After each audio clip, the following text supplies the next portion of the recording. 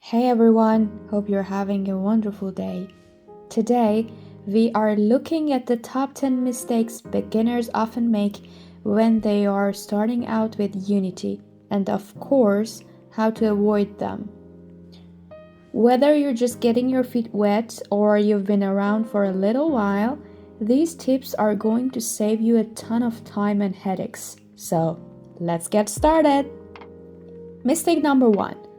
Not using Unity's documentation. I get it. Reading documentations can be a bit dry, but Unity's docs are a gold mine of information. They can save you hours of frustration. For instance, the scripting API section is incredibly helpful when you're learning how to code in Unity. Number 2, underestimating the importance of asset organization. Next up is poor asset organization.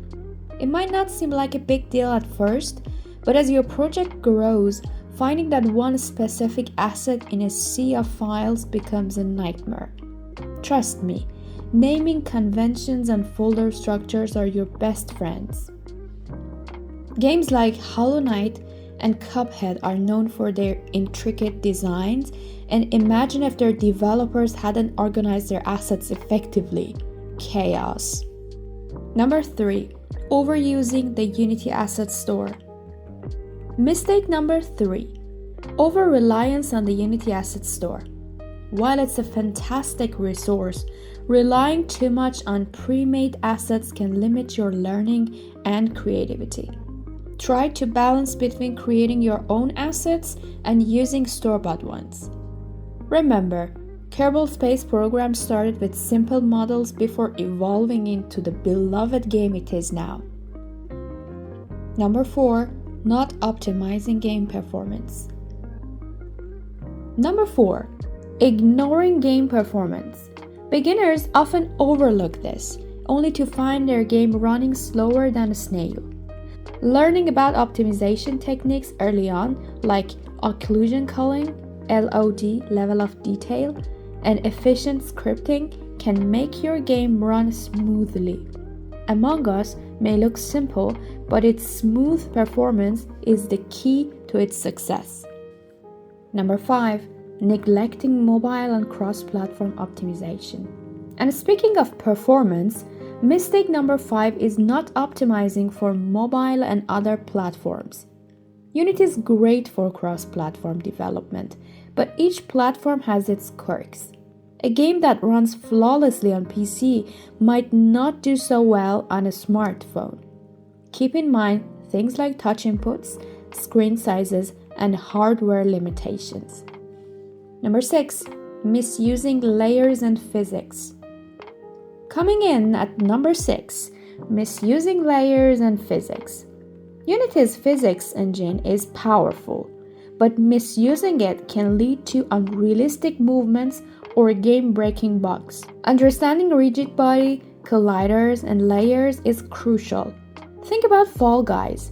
Its physics are a big part of the fun, but they had to get it just right. Number 7, ignoring source control. Mistake number 7, skipping source control. Ever made a change in your project you deeply regretted? Source control, like Git, is a lifesaver.